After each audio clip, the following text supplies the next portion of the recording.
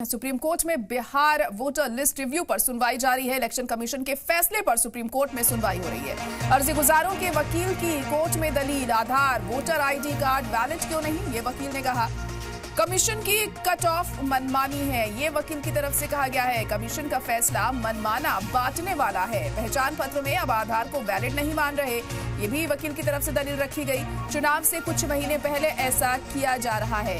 RP act के तहत आधार को वैलिड माना जाता है, फिर एसआईआर से इन दस्तावेजों को कैसे हटा सकते हैं। इलेक्शन कमीशन के फैसले पर सुप्रीम कोर्ट ने कहा, इलेक्शन कमीशन आइन के तहत काम कर रहा है।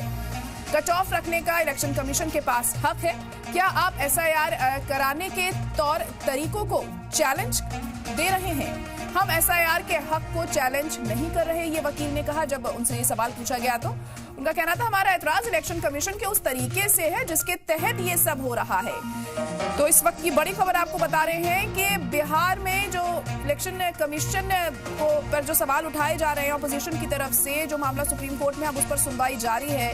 पहचान पत्र में अब आधार को वैलिड नहीं माना जा रहा है, इसको लेकर सवाल उठ रहे हैं। वकील ने ये दलील रखी, चुनाव से कुछ महीने पहले ही आखिर ऐसा क्यों किया जा रहा है, ये भी कहा गया। आरपी एक्ट के तहत आधार को वैलिड माना जाता है, लेकिन ऐसा नहीं अब हो रहा है। ये जो रूल्स में बदलाव हुआ है, ये क्यों किया जा रहा है, ये तमाम सवाल यहाँ पर अर्जी में रखे गए हैं, यानी वकील की तरफ से यहाँ पर उठाए गए हैं। ऑपोजिशन की तरफ से जो अर्जी दाखिल की गई थी, उनके फेवर में जो वकील थे, उनका ये कहना था। तो वहीं सुप्रीम कोर्ट ने भी यहाँ पर उनसे सवाल पूछा है।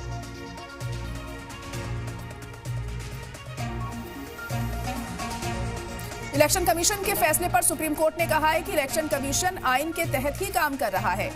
कट ऑफ रखने का इलेक्शन कमीशन के पास हक है, ये सुप्रीम कोर्ट ने कहा। ये भी सवाल पूछा गया कि क्या आप एसआईआर कराने के तौर तरीकों को चैलेंज दे रहे हैं। तो जवाब मिला वकील की तरफ से कि हम एसआईआर के हक को चैलेंज नहीं कर रहे हैं, हमारा एतराज इलेक्शन कमीशन के उस तरीके से है जिसके तहत ये सब हो रहा है। दरअसल सुप्रीम कोर्ट में अर्जी दाखिल की गई थी ऑपोजिशन के जरिए, कांग्रेस और तमाम ऑपोजिशन दलों के जरिए, कि जो वोटर लिस्ट में जांच की बात कही जा रही है, वोटर लिस्ट वेरीफाई या रिव्यू कराने की बात कही जा रही है, उसको लेकर ये चैलेंज दिया गया था। इलेक्शन कमीशन को ये चैलेंज दिया गया था, उनके फैसले को, जिस पर सुप्रीम कोर्ट में अभी सुनवाई चल रही है। और ये कहा जा रहा है कि अर्जी गुजार की तरफ से कहा जा रहा है कि आधार और वोटर आईडी कार्ड वैलिड क्यों नहीं है। कमीशन की कट ऑफ मनमानी है, कमीशन का फैसला मनमाना है और बांटने वाला है, ये तमाम दलीलें कोर्ट में रखी गई हैं। तो वहीं सुप्रीम कोर्ट ने भी कई सवाल पूछे हैं। अब ऐसा में देखना होगा कि आने वाले वक्त में क्या कुछ इसको लेकर बड़ा फैसला लिया जाता है। फिलहाल सुप्रीम कोर्ट का ये कहना है कि जो भी इलेक्शन कमीशन के हक में है, वो अपने दायरे में रहते हुए ही कर रहे हैं।